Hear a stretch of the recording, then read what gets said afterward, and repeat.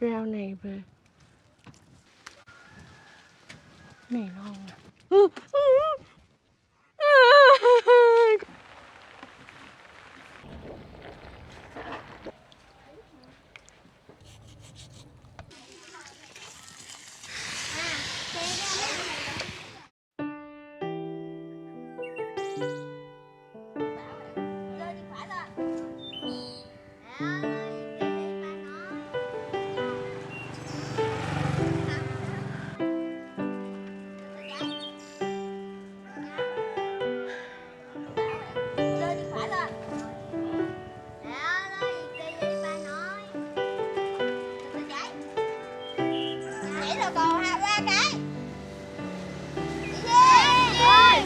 Ôi mấy đứa đâu đây đông như vậy? Dạ tụi em đi chơi, tự nhiên đi đâu vậy chị?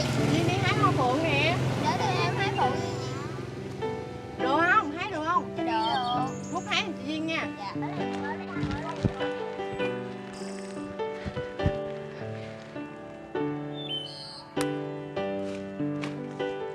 Nè hái chị Duyên nè, bẻ nguyên nhánh luôn. Đây nè. Nè. Được không? Cắm.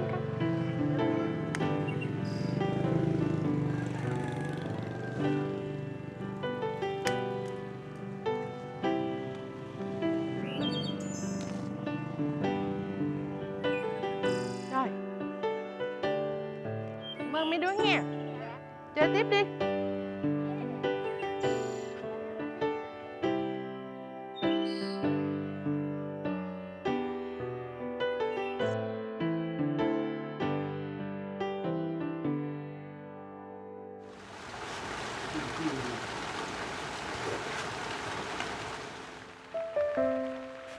Tháng 5 ở quê, những cơn mưa đầu mùa bắt đầu ghé về.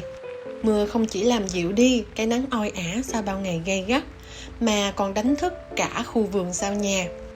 Chỉ sau một đêm mưa, cỏ cây như xanh hơn, những loại rau dại tưởng chừng khô héo lại vươn mình non mướt.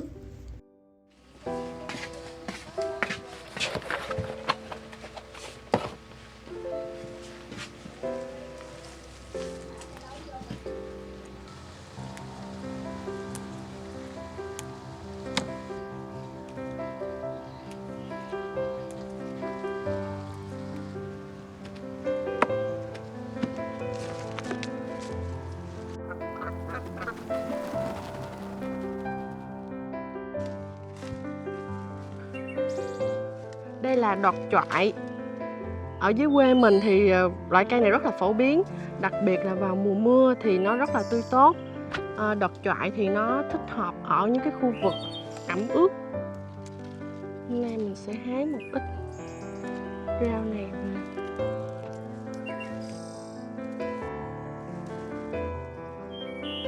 Mỗi sáng bước ra vườn, Duyên chỉ cần mang theo một cái rổ nhỏ là đã có đủ một rổ rau tươi. Có lẽ vì vậy mà người quê luôn mong những cơn mưa đầu mùa. Mưa mang theo sức sống mới cho cây cối, cho ruộng đồng và cũng mang đến những bữa cơm đủ đầy hơn từ những gì thiên nhiên ban tặng. Vừa rồi thì nắng nóng nên là rau cũng khá là nhiều sâu. Nhưng mà rau có sâu vậy mới chất lượng nha.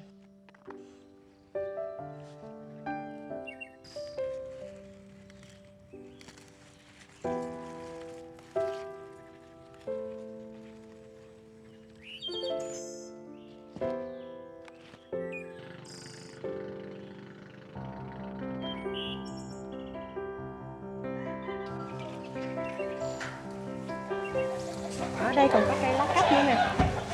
Mình sẽ hái một hái nè.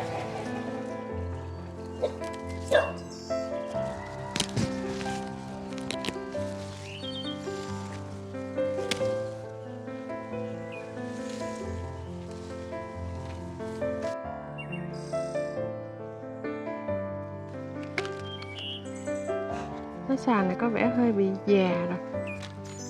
Đây có mọng, hai lá mọng.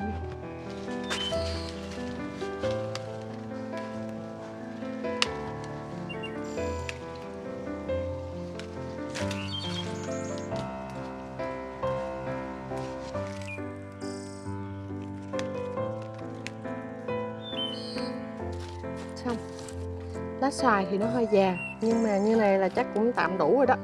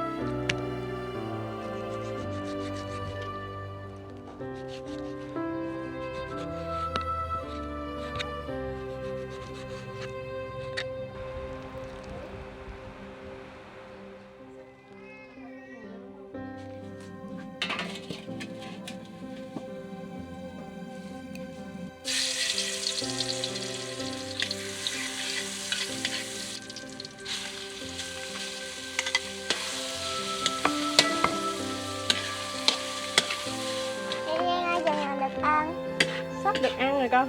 Đói bụng chưa? Rồi. Đợi mẹ Duyên xíu nha, ra ngoài chơi đi.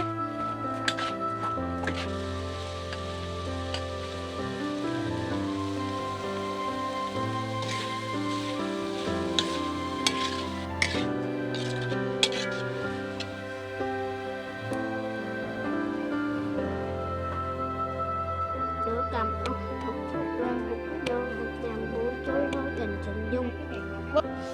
Búng á, búng á, búng á. Búng á em, búng á. Rồi, ok.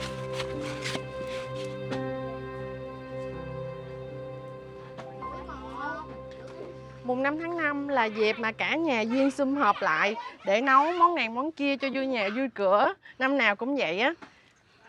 Nhân dịp tụi nó đang nghỉ hè cũng vui vẻ sum tụ lại chứ không thôi không vui đó. Dạ đúng rồi ngoại. Thôi giờ ngoại trả bếp lại, ngoại vô nghe chơi tụi nó nghe. Dạ. Ai để đây con làm cho, con mẹ làm cho. Rồi được đi, đi ra đi vô hoài mệt. Bên này thiếu lửa quá mẹ, cho miếng lửa.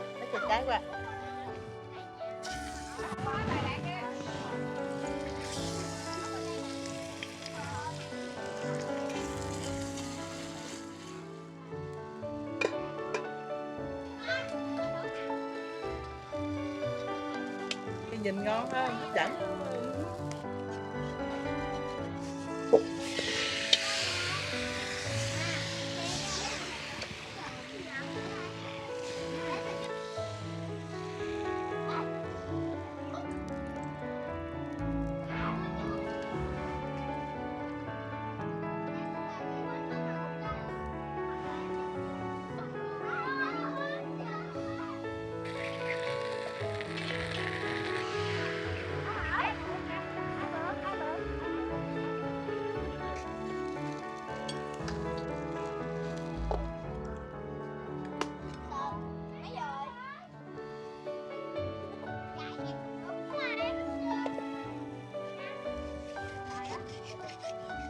Chưa. Đây nè. Con lấy hình nha. Ok. Gần xong rồi con. Đói bụng chưa?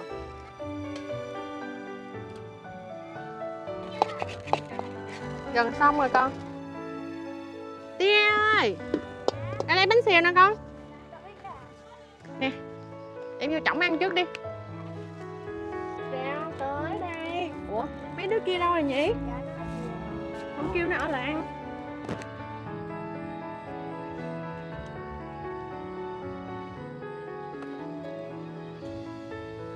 Gì nãy giờ mà còn nóng hổi luôn á.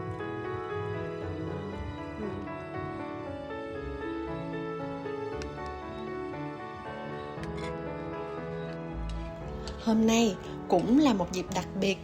Ngày Tết giữa năm hay còn gọi là Tết Đoan Ngọ. Cả nhà Duyên lại quay quần bên nhau. Không cần sơn hào hải vị, chỉ cần cùng nhau nhóm bếp lửa, đổ vài chiếc bánh xèo vàng giòn. Có lẽ ý nghĩa của ngày này chưa bao giờ nằm ở mâm cao cổ đầy, mà nằm ở khoảnh khắc mọi người được trở về, ngồi gần nhau hơn trong một bữa cơm đậm hương vị quê nhà.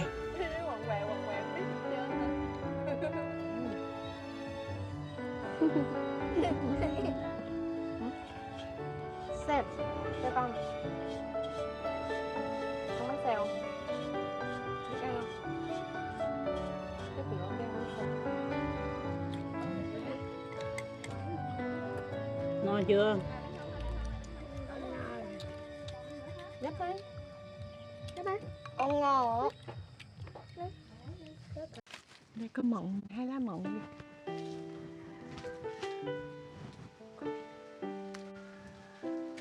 Này ngon.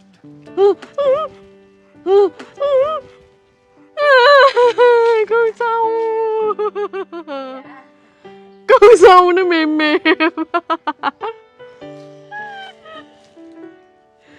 Trời ơi, con sâu kìa.